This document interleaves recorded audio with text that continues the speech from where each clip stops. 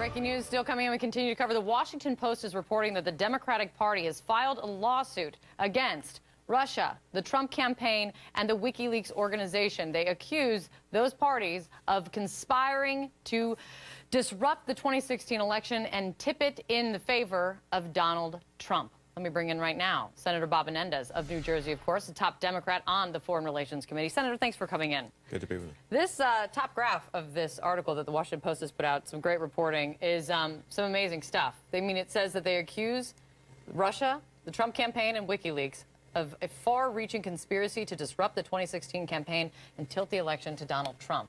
Is this real? Do you see this as a real thing? They see real elements of it, and certain elements of this have been reported individually. And so collectively, when you put it together, I think that the Democratic National Committee feels that they have the great substance of a real suit. But and so we'll see. Where's the evidence of it? Isn't that exactly what Bob Mueller is investigating, exactly what congressional committees are investigating?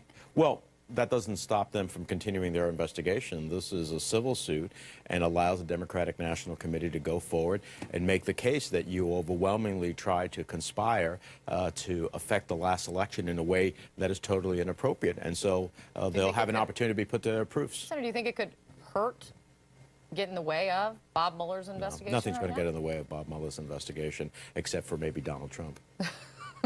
Getting exactly to the point of what we're talking about right here. Let me ask you about the Comey memos that are coming out. I don't know if you've had a chance to read them. I sure hope you have. I was really fascinated about the discussion in the memos about Michael Flynn.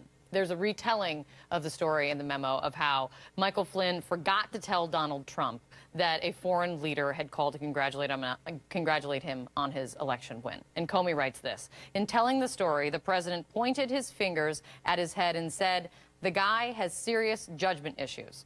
Well, just this morning, the president tweets out his support of Michael Flynn, though.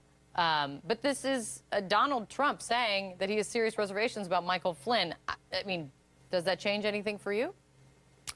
No. The reality is he chose Flynn. He had Flynn actively in his campaign. He had Flynn designated as his national security advisor.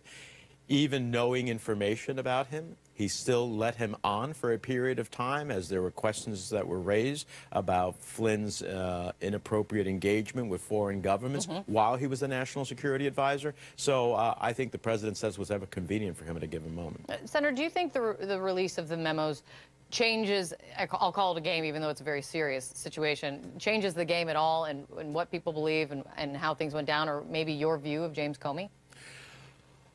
Look, I think you may question that Comey made wrong decisions at a given time, but I think that generally I find him to be a pretty straight shooter. He says what he thinks.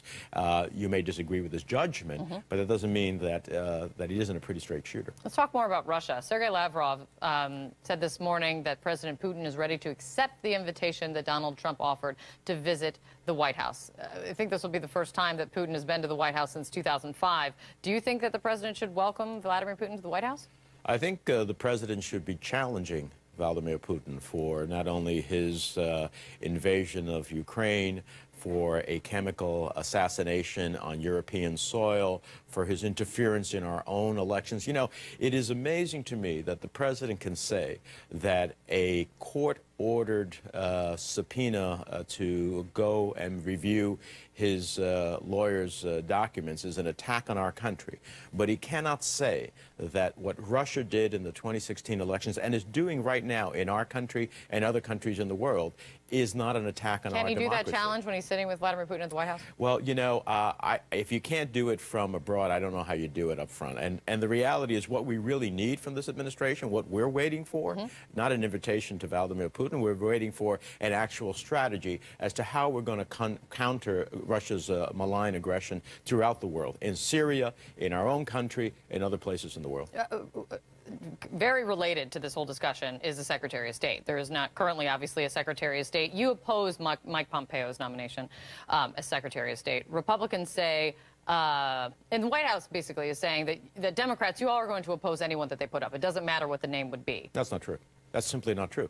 As a fact is that several of the members of the committee voted for Pompeo for the CIA director. Sure. But the CIA director is not the same as being the Secretary of State. So what Conducting clandestine operations and intelligence is not the same as being the advocate for America's diplomacy globally. So it's a different set of judgments. I have voted for some of the president's cabinet, Secretary Mattis and others, but that doesn't mean that because he nominates the Secretary of State, there's a reason that there's advisory consent and vetting. And he failed in that process. He failed to show he was going to be an advocate for strong diplomacy as our first line of defense. He failed to be forthcoming about many of the issues we asked him. Well, let me ask you this then, because this is a very real question right now. What is worse, Mike Pompeo as Secretary of State or Donald Trump walking into a meeting with Kim Jong-un without a Secretary of State at his side? Well, I don't accept the proposition that it has to be either or.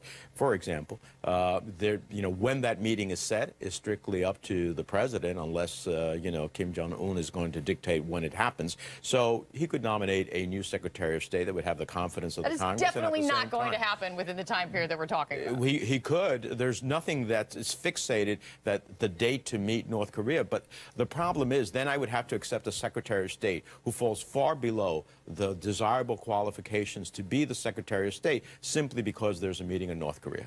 Their world is far more than North Korea. It's Syria, it's Russia, it's Iran. Right, but you have it's to what's deal with the happening in facts Venezuela. as they lay out right now. Donald Trump says he's very likely to meet with Kim Jong-un. It could happen in May. It could happen in the beginning of June. And in that period of time, there's no way you're going to get another Secretary of State. He could make it September. Look, the reality is it's a red herring to suggest that a date that isn't even quite fixed yet is the reason why you have to approve a Secretary of State who cannot get, it seems, bipartisan support from the committee.